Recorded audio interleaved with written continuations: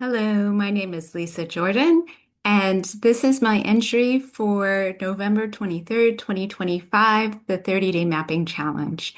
Our challenge today is process. How do we make our maps? For the map challenge tomorrow, our goal is to make a map about place names. So this is a preview of how to create a place names map. I initially thought I would use something from Natural Earth data. So first I downloaded the data, unzipped it, added it to ArcGIS, and I realized it didn't have all the place names I wanted to use for my study. So I decided to do something different. And that's very common in map making is um, going to a lot of dead ends and then trying to figure out something that will work. So a topic that was of interest to me that came to mind in making a place names map would be um, how many places are called Washington. So when the point place name didn't work out, I decided to take a look at the counties. So I opened ArcGIS Pro, opened a new map document, and then I went over to the catalog pane and searched in ArcGIS's catalog database for data. So I searched for US counties. I always try to look for the data that is authoritative. And so one thing I look for is data produced by a federal government agency like the US Census Bureau or curated by ESRI. So ESRI's federal data look good to me often, so I look for those kind of things. Maybe this isn't one I used before because I don't see the counties coming up. So if I don't see it in ArcGIS Online, I use the Living Atlas to find county boundaries or counties. And I did notice there's a high sensitivity to the names that I search for and the results that I get. So I think I used this US counties layer or something similar. And I right-clicked and added it to the map. And then I did a search. I opened the attribute table for the county layer. And then I wanted to search for which counties were called Washington. And when I did that, I realized what would be even more fun is to find out not just which counties are called Washington, but which counties have other names that are repeated frequently. So I went to the base name. I saw this is where the counties are located, and I used this tool called Summarize. And I summarized the field for base names, and I wanted to count how many repeated names there were. How many times did Washington appear? How many times did Jefferson appear? And so on and so forth. So that produced, I clicked OK, ran that process. It produced a table called County Statistics.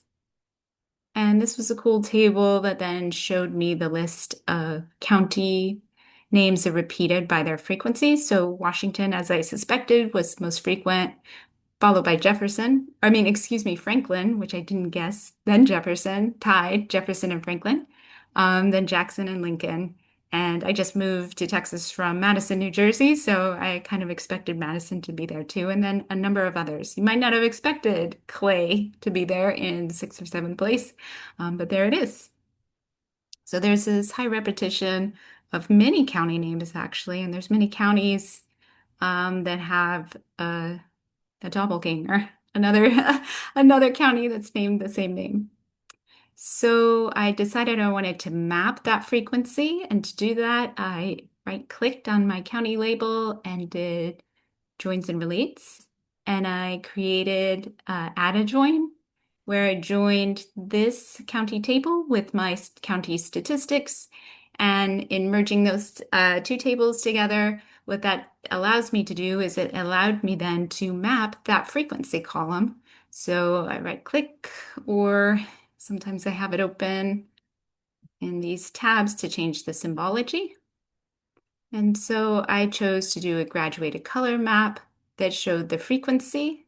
And then I picked the colors and I edited it a little bit because I wanted to highlight the difference between these are unique county names, the ones in the lightest colors, and the other pinks indicate counties that have repeated names. So that's more or less the process I went through. And then I created a layout view. You go insert, new layout view, where I can edit my formal map.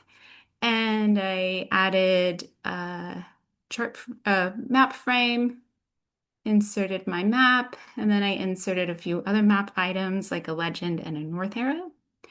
And I also wanted to create a little table. This is not best practices, but I'm just running out of time that I've allotted to do this my Thanksgiving vacation week. So I have a bar chart that shows the top five most commonly repeated county names. All right, so when I prepare this to submit this to my LinkedIn example of how to do a map or the process for tomorrow, I go to share and export the layout, and I save the picture. It'll save in the folder. I've called this document place name, so I can export this. And I'll be all ready for my November 24th submission as well, which will show counties that share their names with other counties. And as I was doing this, I'm thinking so much of Louise Erdrich's absolutely fabulous book, The Night Watchman.